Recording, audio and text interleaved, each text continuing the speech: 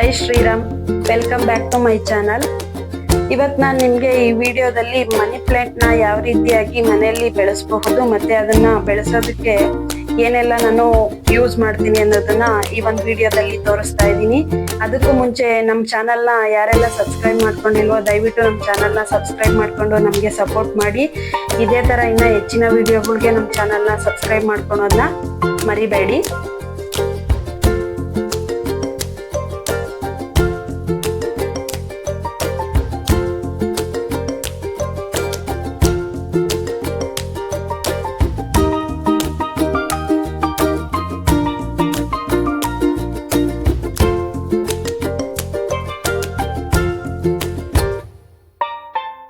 ಇವತ್ತು ನಾನು ಕೋಕೋಫಿಟ್ನ ಯೂಸ್ ಮಾಡ್ಕೊಂಡು ನಿಮಗೆ ಗಿಡಗಳನ್ನ ಯಾವ ರೀತಿ ಬೆಳೆಸ್ಬೋದು ಅಂತ ತೋರಿಸ್ಕೊಡ್ತಾ ಇದ್ದೀನಿ ಈ ವಿಡಿಯೋದಲ್ಲಿ.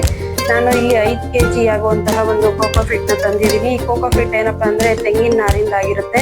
ತೆಂಗಿನ ನಾರನ್ನ ಚಿಕ್ಕದಾಗಿ ಕಟ್ ಮಾಡಿಬಿಟ್ಟು ಅದನ್ನು ಮಿಷಿನಲ್ಲಿ ಪ್ರೆಸ್ ಮಾಡಿರ್ತಾರೆ. ಇವು ನಮಗೆ 1 kg 2 kg 5 kg ಈ ಥರ ಶಾಪ್ಗಳಲ್ಲಿ ಸಿಗುತ್ತೆ. ನಾನು ಇಲ್ಲಿ 5 kg ತಂದಿದ್ದೀನಿ. ನನಗೆ ಸ್ವಲ್ಪನೇ ಬೇಕಾಗಿದ್ದರಿಂದ ಸ್ವಲ್ಪ ಮಾತ್ರನೇ ಅದನ್ನ ನೀರಲ್ಲಿ ನೆನೆಸ್ಕೊಂಡ್ಬಿಟ್ಟು ಸ್ವಲ್ಪನೇ ಅದನ್ನ ತೆಕ್ಕೊಂಡು ಗಿಡಗಳಿಗೆ ಪ್ಲಾಂಟೇಶನ್ ಮಾಡ್ಕೊಳ್ಲಿಕ್ಕೆ ಅಂತ ಸ್ವಲ್ಪ ತೆಗೆದುಕೊತಾ ಇದ್ದೀನಿ. ಮನೆಯಲ್ಲಿ ವೇಸ್ಟ್ ಬಾಳೆಹಣ್ಣಿತ್ತು. ಸೊ ನಾವು ಗಿಡಗಳಿಗೆ ವೇಸ್ಟ್ ತರಕಾರಿಗಳು ಸಿಪ್ಪೆಗಳು ಇದನ್ನೆಲ್ಲ ನಾವು ಹಾಗೆ ಇಟ್ಬಿಟ್ಟು ಅದರಲ್ಲಿ ಸ್ವಲ್ಪ ಮಣ್ಣನ್ನು ಹಾಕೊಂಡು ಅದನ್ನೇ ನಾವು ಗೊಬ್ಬರ ಥರ ಯೂಸ್ ಮಾಡ್ಕೊಬೋದು. ಗಿಡಗಳು ಚೆನ್ನಾಗಿ ಬರ್ತವೆ. ನಾನು ಮನೆಯಲ್ಲಿ ಅದೇ ಥರ ಮಾಡೋದು. ಮನೆ ಮುಂದೆ ಎಲ್ಲ ಗಿಡಗಳು ಬೆಳೆಸಿರೋದಕ್ಕೆಲ್ಲ ಹಾಗೆ ಮಾಡ್ತೀನಿ. ತರಕಾರಿ ಸಿಪ್ಪೆಗಳನ್ನೆಲ್ಲ ಒಂದು ಕಡೆ ಸ್ಟೋರ್ ಮಾಡಿಬಿಟ್ಟು ಅದರಲ್ಲಿ ಸ್ವಲ್ಪ ಮಣ್ಣಾಕಿ ಮಿಕ್ಸ್ ಮಾಡಿದ್ರೆ ಸ್ವಲ್ಪ ದಿನ ಆದ್ಮೇಲೆ ಅದು ಕೊಳೆಯುತ್ತೆ. ಅದನ್ನೇ ತೆಗೆದುಬಿಟ್ಟು ಗಿಡಗಳಿಗೆ ಹಾಕ್ತೀನಿ. ಈಗ ನಾನು ಈ ಕೋಕೋಫಿಟ್ನೆಲ್ಲ ನೆನೆಸ್ಕೊಂಡು ತೆಗೆದುಕೊಂಡಲ್ಲ, ಅದಕ್ಕೆ ಮನೇಲಿ ಬಾಳೆಹಣ್ಣೆಲ್ಲ ಸ್ವಲ್ಪ ವೇಸ್ಟ್ ಇತ್ತು. ಅದಕ್ಕೆ ಅದೇ ಬಾಳೆಹಣ್ಣ ಯೂಸ್ ಮಾಡ್ಕೊಂಡು ಅದ್ರ ಜೊತೆ ಮಿಕ್ಸ್ ಮಾಡಿ ಗಿಡಗಳಿಗೆ ಹಾಕ್ತಾ ಇದ್ದೀನಿ. ನೀವು ಕೂಡ ಈ ಥರ ಮಾಡ್ಬೋದು. ವೇಸ್ಟ್ ಅಂತ ಬಿಸಾಡೋದ್ರ ಬದಲು ಅವನ್ನೇ ಸ್ವಲ್ಪ ಗಿಡಗಳಿಗೆ ಹಾಕಿದ್ರೆ ಇದು ತನೂ ಕೂಡ ನಿಲ್ಲುತ್ತೆ. ಮತ್ತು ಬಾಳೆಹಣ್ಣು ನಮಗೆ ಇದು ಯಾವುದೇ ಕೆಮಿಕಲ್ಸ್ ಏನು ಇರಲ್ವಲ್ಲ, ಗಿಡಗಳು ಬೆಳವಣಿಗೆಗೆ ಒಂದು ಹೆಲ್ಪ್ ಮಾಡುತ್ತೆ.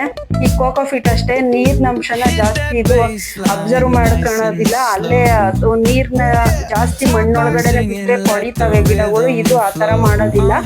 ಸ್ವಲ್ಪ ನೀರು ಎಷ್ಟು ಬೇಕೋ ಅಷ್ಟೊಂದು ಮಾತ್ರ ಹೀರ್ಕೊಂಡು ಮಿಕ್ಕಿದ್ನೆಲ್ಲ ಕೆಳಗಡೆ ಬಿಟ್ಬಿಡುತ್ತೆ. ಹಂಗಾಗಿ ಗಿಡಗಳಿಗೆ ಏನು ತೊಂದರೆ ಆಗೋದಿಲ್ಲ ಅಂತ ಇದನ್ನ ಮಾಡ್ತಾರೆ. ನಾನು ಫಸ್ಟ್ 1 ಲೇಯರ್ ಇಲ್ಲಿ ಕೋಕೋಫಿಟ್ ಹಾಕ್ತಾ ಇದ್ದೀನಿ. 1 ಲೇಯರ್ ಕೋಕೋಫಿಟ್ ಹಾಕ್ಬಿಟ್ಟು ಅದ್ರ ಮೇಲೆ ನಾನು ತಂದಿರೋಂತಹ ಒಂದು ಗಿಡನ ಮಣ್ಣಿನ ಸಮೇತ ಇಡ್ತೀನಿ. ನಾವು ಯಾವುದೇ ಒಂದು ಗಿಡ ಇಟ್ರು ಅದಕ್ಕೆ ಮಣ್ಣು ಇರಲೇಬೇಕು. ಬರೀ ಇದ್ರಲ್ಲೇ ಬೆಳೆಸ್ತೀವಿ ಅಂದರೆ ಅವು ಚೆನ್ನಾಗಿ ಬರಲ್ಲ. ನಿಮ್ಮ ಹತ್ರ ಕೆಂಪು ಮಣ್ಣು ಇದ್ರೆ ಕೆಂಪು ಮಣ್ಣು ಹಾಕಿ ಬೆಳೆಸಿ. ಅದು ತುಂಬಾ ಚೆನ್ನಾಗಿ ಗಿಡಗಳು ಡೆವಲಪ್ಮೆಂಟ್ಗೆ ಹೆಲ್ಪ್ ಮಾಡುತ್ತೆ. ಈ ಮನಿ ಪ್ಲಾಂಟ್ನ ನಾವು ಮನೆಯಲ್ಲಿ ಇಟ್ಟರೆ ಮನಿ ಪ್ಲಾಂಟ್ನ ಮನೆಯಲ್ಲಿ ಬೆಳೆಸೋದ್ರಿಂದ ನಮ್ಮಲ್ಲಿ ದುಡ್ಡು ಚೆನ್ನಾಗಿರುತ್ತೆ ಅಂತ ಹೇಳ್ತಾರೆ. ಅದೇನೋ ಗೊತ್ತಿಲ್ಲ. ಬಟ್ ಎಷ್ಟೋ ಜನ ಕೆಲವೊಬ್ರು ಈ ಮನಿ ಪ್ಲಾಂಟ್ನ ದುಡ್ಡು ಕೊಟ್ಟು ತರಬಾರ್ದು, ಅದನ್ನ ತಂದು ಬೆಳೆಸ್ಬೇಕು ಅಂತ ಹೇಳ್ತಾರೆ.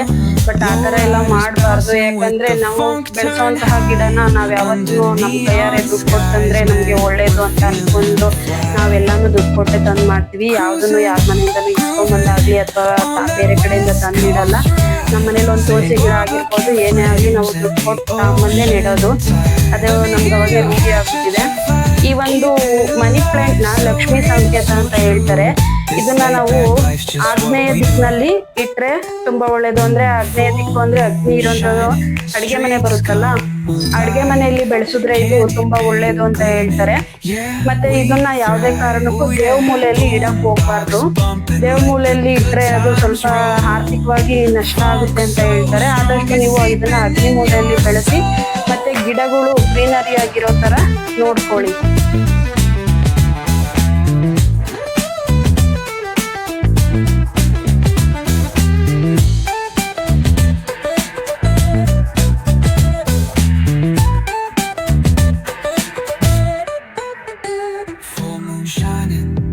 ಗಿಡಗಳಿಗೆ ನೀವು ನೀರ್ ಹಾಕ್ಬೇಕಾದ್ರೆ ಆದಷ್ಟು ಸ್ಪ್ರೇ ತರ ಮಾಡಿ. ಯಾಕಂದ್ರೆ ಅದು ನೀವು ಜೋರಾಗಿ ಒಂದು ಜಗ್ಗಲ್ಲ ಏನಾದ್ರು ತೆಗೆದುಕೊಂಡು ಹಾಕಿದ್ರೆ ಅದು ನೀರು ಎಲ್ಲ ಹೋಗ್ಬಿಟ್ಟು ಟೈಟ್ ಆಗಿ ಮಣ್ಣು ಕೂತ್ಕೊಂಡ್ಬಿಡುತ್ತೆ. ಮಣ್ಣು ಟೈಟ್ ಆಗಿ ಕೂತಾಗ ನಮ್ಗೆ ಅಲ್ಲಿ ಗಾಳಿ ಆಡಲ್ಲ. ಅವಾಗ ಬೇರ್ಗಳು ಕೊಳಿಲಿಕ್ಕೆ ಸ್ಟಾರ್ಟ್ ಆಗುತ್ತೆ.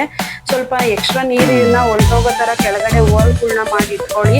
ನೀವು ಕಿಚನ್ ಅಲ್ಲಿ ಇಡ್ತೀವಿ ಹೋಲ್ ಮಾಡಿದ್ರೆ ಅಲ್ಲೆಲ್ಲ ನೀರ್ ನಿಲ್ಲುತ್ತೆ ಅನ್ನೋಂಥವ್ರು ಅದರಲ್ಲಿ ಕೆಳಗಡೆ ಒಂದು ಏನಾದರೂ ಒಂದು ಬೌಲ್ ಥರದ್ದು ಏನಾದರೂ ಇಟ್ಬಿಟ್ಟು ಇದನ್ನ ಬೆಳೆಸ್ಕೊಳ್ಳಿ. ಬಟ್ ನೀರು ಎಕ್ಸ್ಟ್ರಾ ಆಗಿದ್ದ ನೀರು ಈಚೆ ಹೋಗೋ ಥರನೇ ಮಾಡಿ. ಈ ಒಂದು ವಿಡಿಯೋ ನಿಮಗೆ ಯೂಸ್ಫುಲ್ ಅನ್ಸಿದ್ರೆ ನಮ್ಮ ಒಂದು ಚಾನಲ್ನ ಸಬ್ಸ್ಕ್ರೈಬ್ ಮಾಡಿಕೊಂಡು ನಮಗೆ ಸಪೋರ್ಟ್ ಮಾಡೋದನ್ನ ಮರಿಬೇಡಿ. ಧನ್ಯವಾದಗಳು.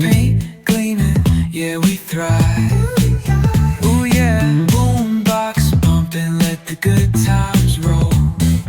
Funk so strong, it's seeping in your soul.